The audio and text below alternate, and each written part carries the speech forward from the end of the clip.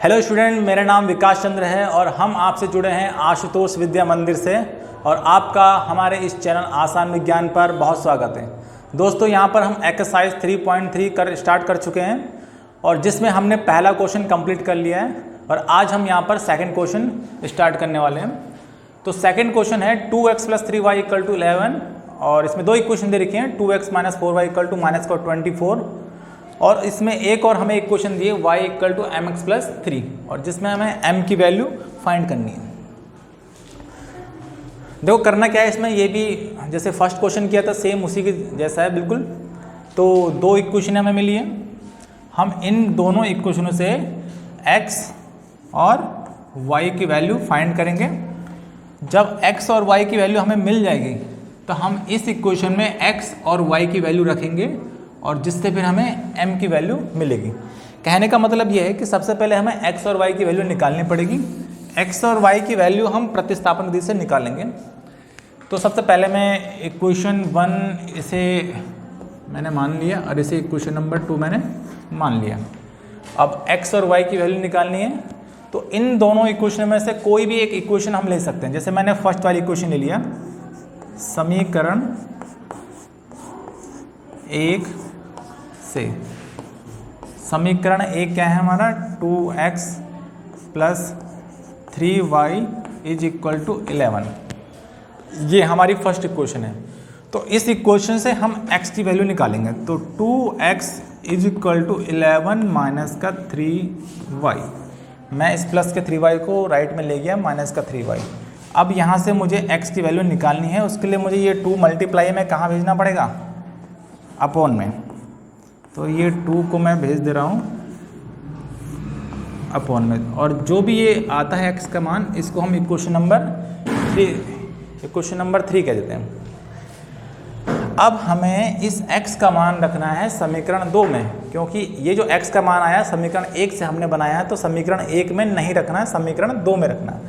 तो यहाँ पर मैं लिख रहा हूँ x का मान समीकरण 2 में रखने पर। तो x का मान हम समीकरण 2 में रख देंगे और समीकरण 2 क्या वो मैं लिख दे रहा हूँ।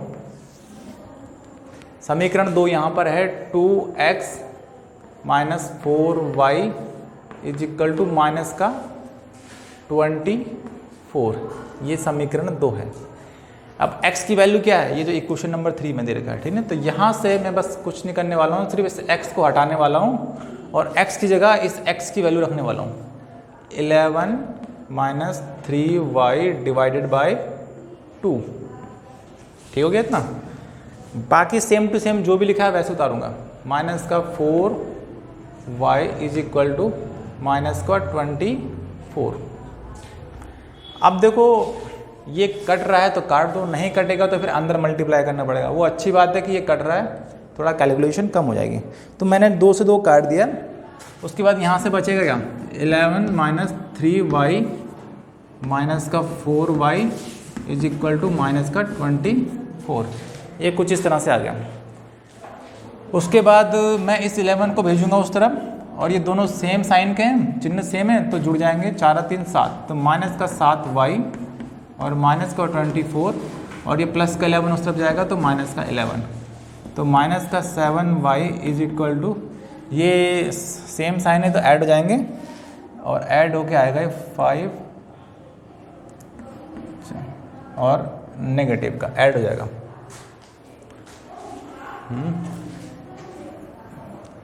35। ठीक है, इतना हो जाएगा। उसके बाद इस y की वैल्यू हम यहाँ से निकालेंगे। तो y की जो वैल्यू आएगी -35, ये 7 मल्टीप्लाई में कहाँ जाएगा, डिवाइड में। माइनस माइनस प्लस हो जाएगा और y की जो वैल्यू यहाँ पर आ जाएगी प्रॉपर वैल्यू 5। तो ये निकल के आ गया y की वैल्यू अपने, ठीक है। तो y की वैल्यू को निकालने के बाद अब हम निकालेंगे x की वैल्यू। तो मैं x की वैल्यू इधर निकाल दे रहा हूँ साइड में। तो x की वैल्यू को निकालने के लिए इस y का मान चाहे समीकरण 1 में रखो, चाहे 2 में रखो, चाहे 3 में रखो, आपको x का मान मिल जाएगा। समीकरण 3 में रखना थोड़ा आसान रहेगा तो मैं समीकरण 3 को लेकर चल रहा हूँ। समीकरण 3 से समीकरण 3 क्या है, x is equal to 11 minus 3y divide by 2। ये है हमारी समीकरण 3। तो ये जो x की वैल्यू हमारी निकल के आई है, ठीक है। तो इसमें मतलब जो y की वैल्यू निकल के आई है, अब इसी क्वेश्चन नंबर 3 में हम रखने वाले हैं। तो मैं रख रहा हूँ यहाँ पर x is equal to 11 minus 3y। y की वैल्यू कितनी है यहाँ पर 5 और डिवाइड बाय 2। अब इसमें कैलकुलेशन है थोड़ी सी, 15 आ जाएगा, 3 पंजे 15 डिवाइड बाय 2। और जब इसे माइनस करेंगे तो ये कुछ आएगा हमारा यहाँ पर माइनस का 4/2 और कैंसिल करके x की जो वैल्यू यहाँ पे निकल के आ रही है वो आ रही है माइनस का 2, ठीक है, माइनस का 2। तो अब ये जो x और y की वैल्यू निकल के आ गई ना, ये हमें रखना है इस इक्वेशन में जो उन्होंने कहा है। इस इक्वेशन में हम रखेंगे वैल्यू तो हमें m की वैल्यू निकल जाएगी, ठीक है ना। तो अब मुझे यहाँ पे थोड़ा सा रफ करना पड़ेगा, ठीक है, आप इसे नोट कर लीजिएगा।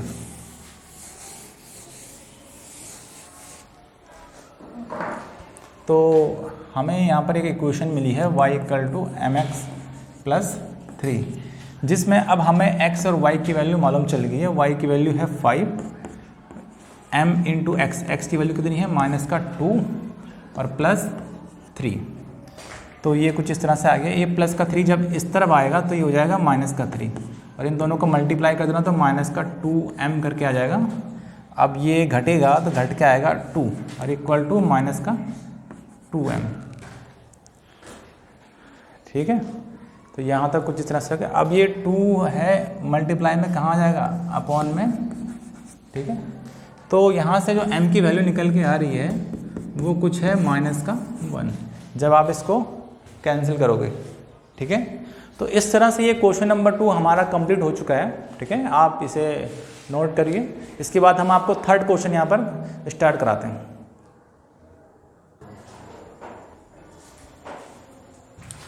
इसके बाद स्टार्ट करते हैं क्वेश्चन नंबर 3 का फर्स्ट पार्ट। अब एक क्वेश्चन जो है वो थोड़ा सा थ्योरी के रूप में दिया हुआ हमें। इट मीन्स हमें अब पहले इक्वेशन बनानी पड़ेगी इस थ्योरी के थ्रू, उसके बाद उसको सॉल्व करना पड़ेगा, तब जाके हमारे x और y की वैल्यू निकल के आएगी। अब देखते हैं क्वेश्चन में पूछा क्या है। इसने बोला है दो संख्याओं का अंतर 26 है और एक संख्या दूसरी संख्या की 3 गुनी है, उन्हें ज्ञात करना है। उन्हें का मतलब उसका मतलब है संख्याओं से। पहले लास्ट में आओ, पहले ये देखो कि पूछ क्या रहा है, ठीक है नी। लास्ट में जो भी आपसे पूछे पहले उसे मान लो। इसने क्या बोला, उन्हें ज्ञात करो, यानी कि संख्या ज्ञात करो। तो संख्या को हम पहले मान देंगे, ठीक है नी। तो अब दो संख्या है, ठीक है, दो संख्या है, एक संख्या दूसरी संख्या, ठीक है। तो हम मान लेंगे माना पहली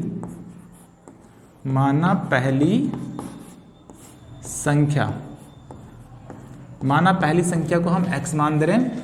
आप कुछ भी मानो, x मानो, y मानो, t मानो, z मानो, ठीक है, जो आपकी इच्छा, ठीक है। तथा दूसरी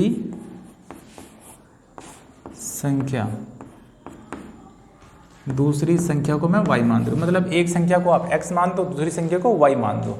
अब जैसे जैसे वो बोल रहा है वैसे वैसे हमें करना है। तो मैं यहाँ पर लिख दे रहा हूँ प्रश्नानुसार।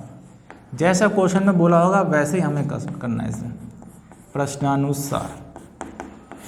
अब पूछा क्या, देखो इसने बोला कि दो संख्याओं का अंतर। तो अंतर, कहीं पर भी अंतर शब्द सुने तो आपको मतलब उसको घटाना है या माइनस करना है, ठीक है। जैसे एक 4 है और एक 3 है, अगर बोलेगा 4 और 3 का अंतर यानी कि माइनस, 4 और 3 का योग यानी कि इस तरह से जोड़ देना, ठीक है। अंतर बोलेगा तो घटाना है, योग बोलेगा तो जोड़ना है, ठीक है नहीं। इतना क्लियर है। इसके बाद देखो, अब दो संख्याओं का अंतर। अब हमने संख्या मानी क्या है, हमने एक संख्या मानी है x, दूसरी y। वो कह रहा है इन दोनों का अंतर, यानी कि इन दोनों को घटा दो। तो मैंने घटा दिया। दो संख्याओं का अंतर यानी कि दो संख्या, एक x और एक y, इन दोनों का अंतर यानी कि मैंने माइनस लगा दिया। दो संख्याओं का अंतर कह रहा है कि 26 है, यानी कि इन दोनों को घटाने पर क्या प्राप्त हो रहा है, 26। उसका कहने का मतलब ये है। तो यहीं से इक्वेशन नंबर 1 बन गई, ठीक है नहीं। दो संख्याओं का अंतर यानी कि दो संख्या x और y, इन दोनों का अंतर यानी कि हमने नेगेटिव लगा दिया बीच में, और कितना है 26 है। तो दो संख्याओं का अंतर 26 है, ये हमें मालूम चल गया। तो इससे हमारे एक इक्वेशन बन चुकी है यहाँ पर। इसके बाद दूसरी जो इक्वेशन यहाँ पर हमें मिलेगी वो आगे पढ़ने से मिलेगी। आगे इसमें क्या लिखा है, और एक संख्या दूसरी संख्या के 3 गुनी है। अब यहाँ पर ये समझना है, वो कह रहा है एक संख्या, इट मीन्स कोई एक संख्या क्या मानी हमने, x, दूसरी संख्या यानी कि y, ठीक है ना। वो कह रहा है एक संख्या दूसरी संख्या की 3 गुनी है, मतलब ये जो है इससे 3 गुना है, ठीक है ना। x जो है y से 3 गुना है। कौन गुना है, x है। तो जो भी इसके लिए बात कही जाएगी हम उस तरफ लिख देंगे। जो भी x के लिए बोला जाएगा, अगर वो बोलेगा कि x जो है y से 3 अधिक है, x अधिक है 3, तो हम इधर 3 जोड़ देंगे, ठीक है ना। अगर वो बोलेगा हमसे x जो है y से 3 कम है, तो 3 हम इधर घटाएंगे। जो भी इसके लिए बोलेगा सारा ऑपरेशन उधर करना है, ठीक है ना। अब वो हमसे कह रहा है x जो है y से 3 गुना है, x 3 गुना है, तो जो भी इसके लिए बोलेगा उधर हमें कर देना। अब गुना के लिए हम मल्टीप्लाई लगाते हैं, 3 × y, मैंने कोई चिन्ह नहीं लगाया, मतलब मल्टीप्लाई वहाँ पर, ठीक है ना। तो x y से 3 गुना, तो 3 का मल्टीप्लाई मैंने y के साथ करना है, ये है ना। उसके बाद जाके आप बराबर करोगे इसे, और यहाँ से आपको इक्वेशन नंबर 2 मिलेगी, ठीक है ना। अच्छा, आप इसको इस तरह से भी लिख सकते हो, अगर मैं इसको इक्वेशन 2 ना मानता, इसको x - 3y = 0, इसको इधर ले आता, तब आपको ऐसा इक्वेशन नंबर 2 मिलता हो। फिर मैं इससे x की वैल्यू निकालने के लिए मैं y को उधर भेज सकता, दोबारा यही मिल जाएगा। तो इस वाले इक्वेशन में हम इसी को इक्वेशन नंबर 2 मान रहे हैं, तो वो हमारे लिए बेटर है। तो और ये जो मैंने अभी बनाया है इसको मैं रफ कर दे रहा हूँ, ठीक है। तो इक्वेशन 1 वो हो गए ऊपर दे, इक्वेशन नंबर 2 नीचे है। अब हमें करना क्या है, इक्वेशन नंबर 2 से जो ये x की वैल्यू है ये इक्वेशन नंबर 1 में पुट कर देनी है, बस इतना ही काम करना है बस।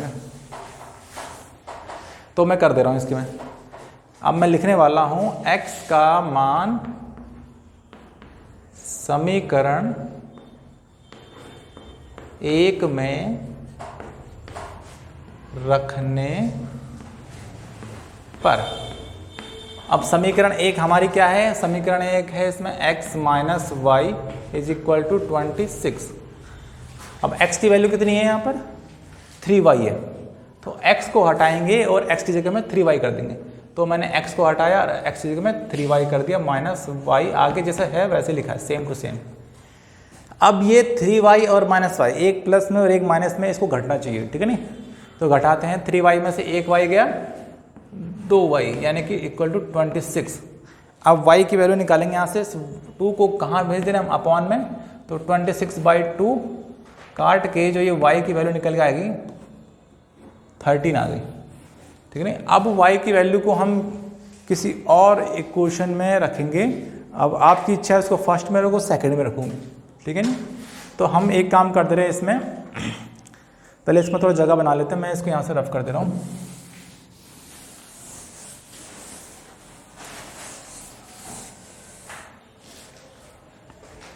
तो y की वैल्यू में रख दे रहा हूँ समीकरण 2 में, थोड़ा आसान लगेगा अपने को, ठीक। तो y का मान समीकरण 2 में रखने पर। अब समीकरण 2 क्या है, x = 3y, तो x = 3 × y, ठीक है। y की वैल्यू तो रखनी है, y की वैल्यू कितनी है हमारी, 13, y की वैल्यू 13 आई है, तो 13 हमने यहाँ पर रख दिया, तो x = 39, ठीक है। तो x की वैल्यू भी अपने को मिल गई, ठीक है ना। अब बात आती है, पूछा क्या था इसने, हमसे संख्या पूछी थी इसने, ठीक है ना। हमसे इसने क्या पूछा था, संख्या, पहली संख्या दूसरी संख्या। तो एक संख्या क्या निकल गई हमारी 39 और दूसरी 13, ठीक है। तो पहली संख्या क्या हो गई हमारी, पहली संख्या है 39 और दूसरी संख्या क्या है हमारी, दूसरी संख्या है इसमें 13, ठीक है ना। ये हमारा आंसर होगा, ठीक है। अब उसने हमसे बोला भी था कि दोनों संख्या को घटाने पर हमें कितना प्राप्त हो रहा था, इसमें प्राप्त हो रहा था हमें 26, मतलब इन दोनों को घटाने पे। पहली क्वेश्चन थी हमारी x - y = 26 थी ना, ये वैल्यू यहाँ पुट करो, आपको राइट मिलना चाहिए, राइट हैंड साइड में। तो इसमें 39 - 13, तो ये 26 ही आएगा, ठीक है ना। इसका मतलब हमारा आंसर इसमें सही है, ठीक है ना। तो ये है थर्ड का फर्स्ट पार्ट। इसके बाद हम करते हैं थर्ड का सेकेंड पार्ट, आप इसे नोट कर लीजिए।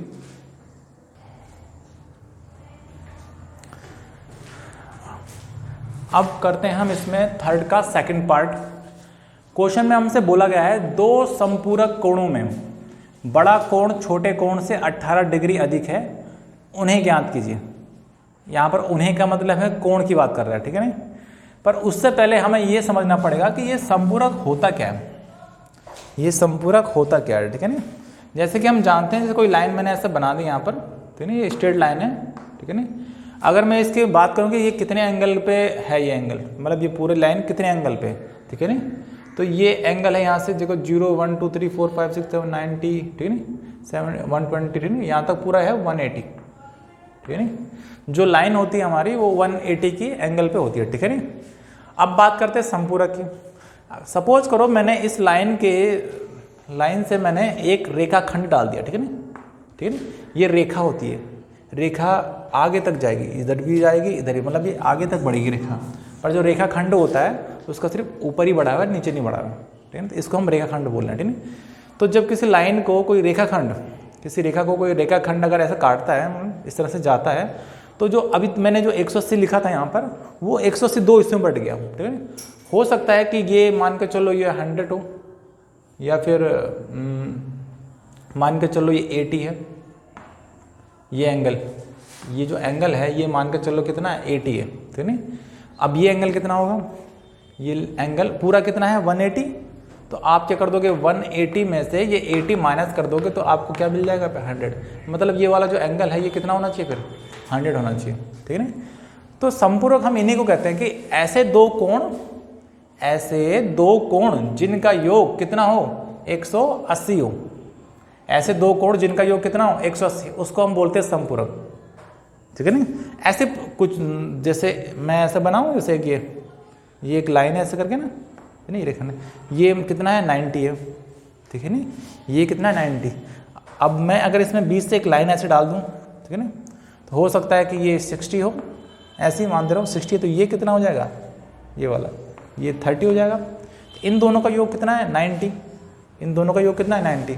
तो जिन दो कोणों का योग कितना हो 90, उसको हम बोलते हैं पूरक, उसे बोलते हैं पूरक।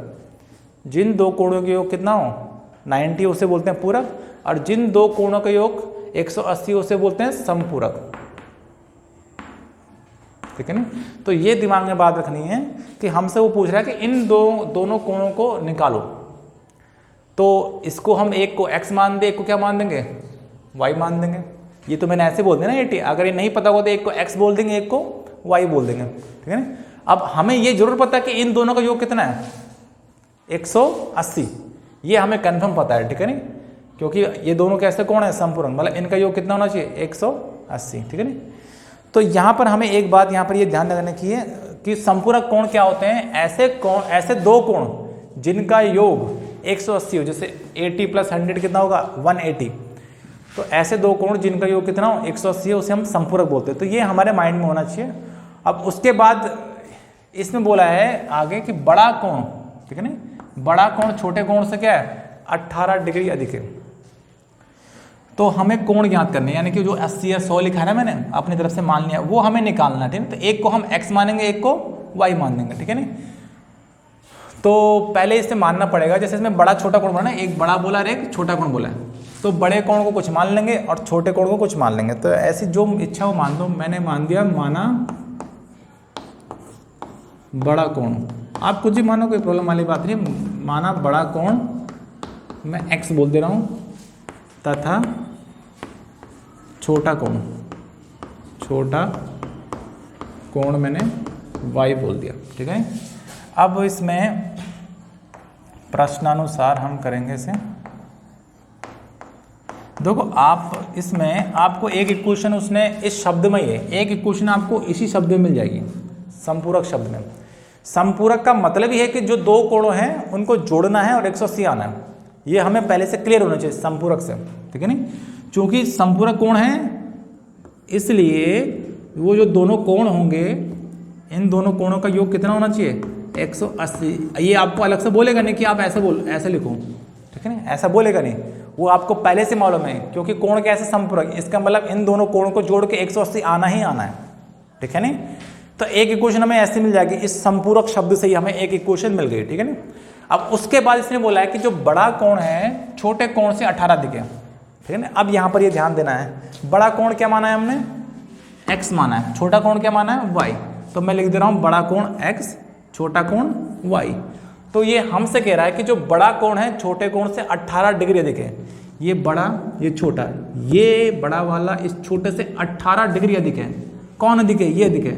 जैसे कि इससे पहले वाले क्वेश्चन में मैंने बोला था कि जो भी इसके लिए बोला जाएगा आपको करना इधर है, ठीक है ना। ये इससे 18 अधिक है तो आप 18 इधर जोड़ दोगे, ठीक है ना। जो भी इसके लिए बोला, अगर ये बोलेगा कि ये इससे 18 कम है, ये कम 18 है, तो इधर माइनस। अगर बोलेगा ये इससे 18 गुना है, ये 18 गुना इससे है, तो आप इसमें मल्टीप्लाई कर दोगे, ठीक है ना। तो इस तरह से आपको देखना है। पर इसने आपसे बोला क्या है, इसने बोला है कि ये इससे 18 डिग्री अधिक है, ये बड़ा है ना, तो अधिक ही होगा ये वाला, ठीक है। ये अधिक है, इससे 18 है, तो हमने इस वाले में जोड़ना है, उसके बाद जाके बराबर लगाना है, ठीक है ना। और ये एक क्वेश्चन नंबर 2 बना दिया बेटे। अब जैसे इससे पहले वाले में क्या था कि इसकी वैल्यू यहाँ पुट कर देंगे एक क्वेश्चन नंबर 1 में, ठीक है ना। अब ये जो आया है हमारा इक्वेशन नंबर 2 से जो x की वैल्यू निकल के आई है वो हम इक्वेशन नंबर 1 में पुट कर देंगे, ठीक है।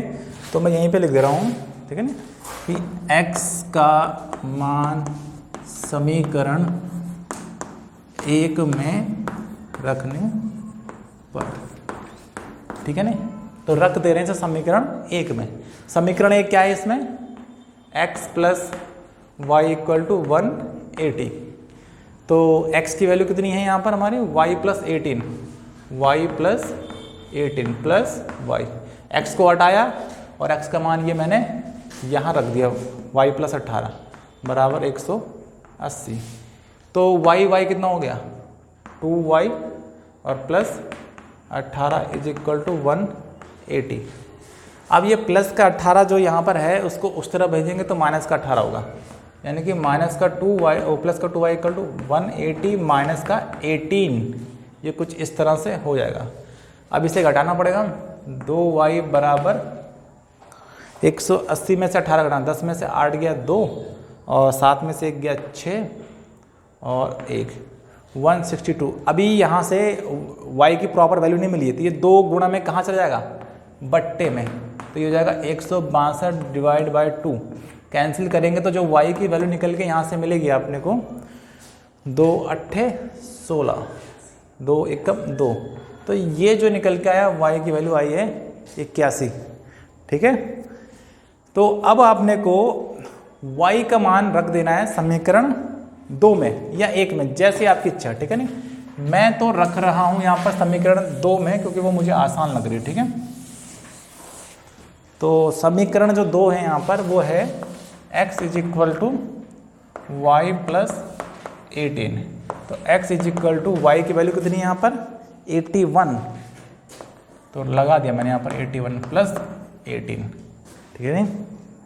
तो सही है, तो x की वैल्यू आ गई यहाँ पे 8 1 9 8 1 9 99, ठीक है नहीं। तो जो हमसे वो पूछ रहा कि बड़ा कोण कितना है छोटा कोण कितना है, तो वो हमने निकाल दिया। बड़ा कोण है इसमें 99 और छोटा कोण है इसमें 81, ठीक है ना। अब इन दोनों को जोड़ोगे तो 180 आना चाहिए, ठीक है ना, और आएगा, ठीक है ना, क्योंकि ये दोनों कोण हैं संपूरक कोण और संपूरक कोणों का योग कितना होता है 180। तो ये हो गया इसका सेकंड पार्ट, ठीक है। नेक्स्ट पार्ट हम इसका अब नेक्स्ट लेक्चर में करेंगे, तो फिलहाल आप इसे नोट कर लीजिए।